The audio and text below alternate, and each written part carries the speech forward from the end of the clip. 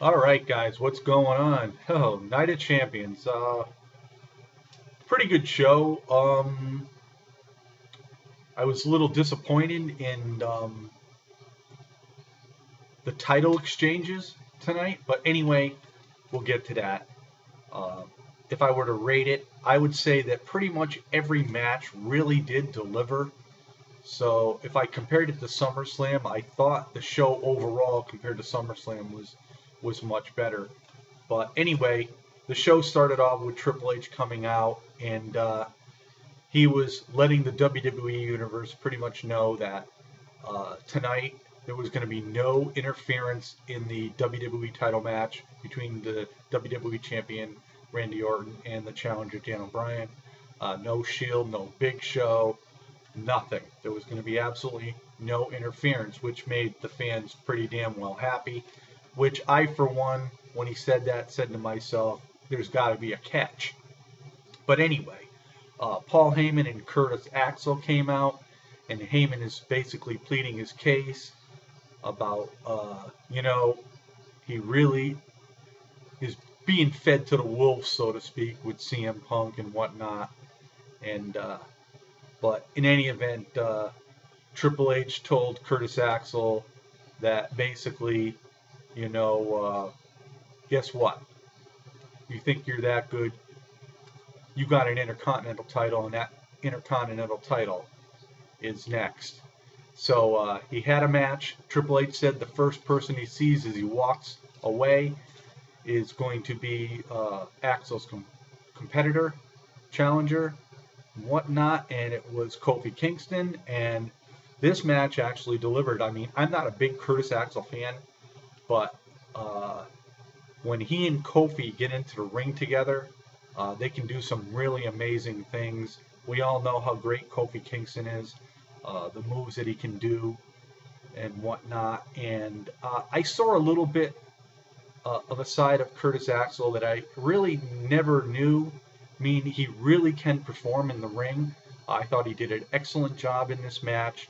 Uh, Both competitors had opportunities to get early pinfalls and whatnot.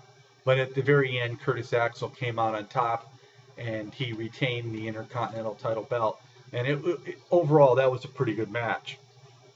Up next, we saw the Divas match with Brie, Naomi, Natalia, and AJ in a fatal four-way for the Women's Diva title. AJ, the Divas champion. And this match was pretty good overall, too. I thought it was a little short. Um, I really thought Brie Bella was going to end up coming out on top of this match.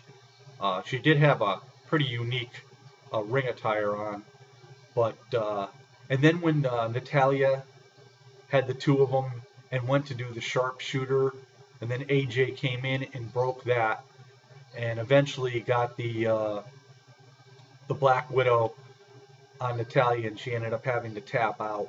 But it was a pretty good women's match overall, and I'm really happy that AJ did retain the WWE Divas title because I think she really adds a uniqueness to the women's divas division. I mean, she's got a personality like no other, and it was just great to see all that. And so again, I was pretty happy. I did predict Brie to win, but I'm very happy in fact that AJ did win.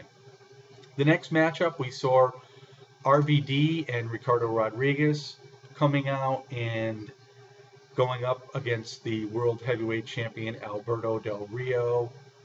This match I thought could have been the match of the night. It was a pretty good match overall. It wasn't the kind of match that I thought it was going to be, but both of them really took it to each other. Of course, RVD with the high flying moves, Alberto Del Rio with his devastating kicks to the head, and it got to the point where RVD gave Alberto a kick, and then he went to do the five-star frog splash. And I thought actually maybe that Alberto was going to lose the title. But overall, I mean, not a bad match. Alberto ended up getting RVD in the arm submission hold, and RVD was at the ring ropes and Alberto would not let go of the hold, so the referee disqualified Alberto.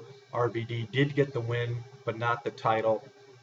And thereafter, Ricardo put the chair down towards the ring post where Alberto was laid out, and RVD went to the opposite ring post and jumped off and kicked the chair into Alberto's head, knocked him out of the ring. And this is where I thought was the perfect opportunity for Damien Sandow to come in and cash in his Money in the Bank briefcase. I was waiting for it to happen, but it didn't happen. I was really shocked about that. This would have been the perfect time for it. But anyway, not a bad match between the two overall. And then there was a match that was a fill-in match, I guess. Fandango against The Miz. This was just a match, I think, just to pass some time. Not a bad match. Of course, everybody knows that Fandango and The Miz are having a little controversy. When Fandango comes out, The Miz comes out and imitates him and whatnot. But this was just a short match, and of course, The Miz with the figure 4 ended up coming out on top and taking this match. So next up, we had the no disqualification handicap match. Curtis Axel against CM Punk, and if CM Punk defeated Curtis Axel, he'd get Paul Heyman. Now, this is the second match for Curtis Axel tonight. Very good match by Curtis Axel for being his second match. I thought he and CM Punk do wonders in the ring together. They have good chemistry. It was a pretty good matchup. On any given occasion, either one of them could have won this match. And it was a great match to watch. It was a fun match to watch. Very, very entertaining. Of course, you had to know that CM Punk was going to come out on top of this match to get to Paul Heyman, and he did. He ended up beating Curtis Axel, and he finally got Paul Heyman in the ring, and with the kendo stick, he started beating him down, and then, of course, he pulled out the handcuffs, and he decided to handcuff Paul Heyman like Axel did to Punk just recently. And with Heyman handcuffed, he had the kendo stick to his face, and he was ready to whale him across the face when Curtis Axel came back in the ring. And, you know, it was like, okay, what's going to happen next? So there, Punk is ready, going to whack Heyman in the head. Guess who comes in is Ryback. He plows CM Punk through the table, and Punk is out. Ryback goes and proceeds to drag Paul Heyman over the top of CM Punk. Who would have thought? Paul Heyman gets the victory in the record books over CM Punk. It was truly amazing. I guess this sets up a match for CM Punk and Ryback down the road. But to me, the feud with Punk and Heyman is not over as of yet. So, I mean, one would not think it would be. But anyway. Okay, up next, we have the U.S. title match. Champion Dean Ambrose going up against Dolph Ziggler. A match that was pretty good in my opinion as well. Another match with good chemistry between the two of them. Dean Ambrose is great in the ring. I think he can wrestle pretty much with anybody. We all know that Dolph Ziggler has the talent to put on great matches. Even though as of late he hasn't really won much. But again, he put on a show tonight. And the funny part about it was, once Ziggler got whipped into the turnbuckle and bounced off, I knew the match was over, because that's usually what happens to Dolph. When he gets hit into the turnbuckle and bounces off, he usually gets pinned. And this was the case tonight with Dean Ambrose. But overall, it was a pretty good match. You know, Ambrose has got bigger and better things to come. I think he's a great competitor in the ring. I think we will see him be pushed for one of the world heavyweight belts in the near future. So that to me was a pretty good match overall.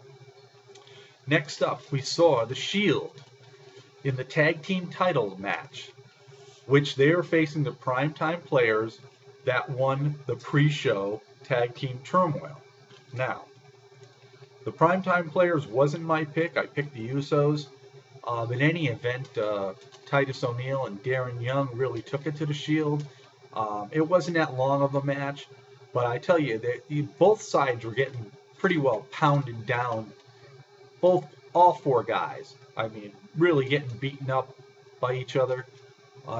It was one of those matches where you really thought the primetime players could have won it, but Roman Reigns came in and he speared Titus O'Neil, and it just ended it right there. I mean, to this point, all the titles were retained by by the people that held the belts. And so I'm thinking, okay, we're going into the WWE title match. And I said something had to give here. And originally I had said that I thought Randy Orton was going to win the WWE title. Well, this match started off, it was a ball of fire. And again, Randy Orton, I take nothing away from him, because when he's in the ring with the right people, he can do wonders in the ring. And being in the ring with Daniel Bryan is one of those guys. Both of these guys gave it their all. I thought the match was superb. I thought it was a great main event. Triple H did say there was going to be no interference, but I will say this. When the referee Scott Armstrong, when I realized who the referee was, I'm thinking to myself, something's crooked about this. And then when Randy Orton threw Daniel Bryan and he hit Armstrong and he went outside the ring and he sort of was like laying out on the mat and they were without a referee, I'm thinking to myself, okay, here's where things are going to change a little bit. But they did get another referee. And again, Bryan and Orton went back and forth on numerous occasions. Either one could have won the match. And then eventually Scott Armstrong got his faculties together, came back into the ring, relieved the referee that relieved him, and I'm saying, okay, here it comes. Something's going to happen, but it didn't. They actually let the match go. Daniel Bryan finally gave Orton the knee kick that he beat John Cena with, and he ended up getting the pin. It was, to me, a little bit of a fast count, but Daniel Bryan becomes the new WWE champion. Now, how long he's going to keep this belt, I don't know. This was a surprise to me, but I figured after all the other belts were retained by their holders, I figured this would have to have happened, and it did. But overall, I thought the pay-per-view was really, really good. I give it an 8 out of 10, and I'm just looking forward to see what occurs on Raw tomorrow night. Let's see what Triple H has to say with the new WWE Champion Daniel Bryan. Is Randy Orton out? Will he be phased back in? Will Daniel Bryan become the new face of the company? We'll just have to wait and see. But again, a great pay-per-view. It took a lot for me to get into it, but each and every match I thought really, really delivered, and it was well worth watching. So if you never got a chance to watch it, try to do so, and you won't be disappointed. This is the Iceman on this Sunday night. Peace out, everybody, and enjoy.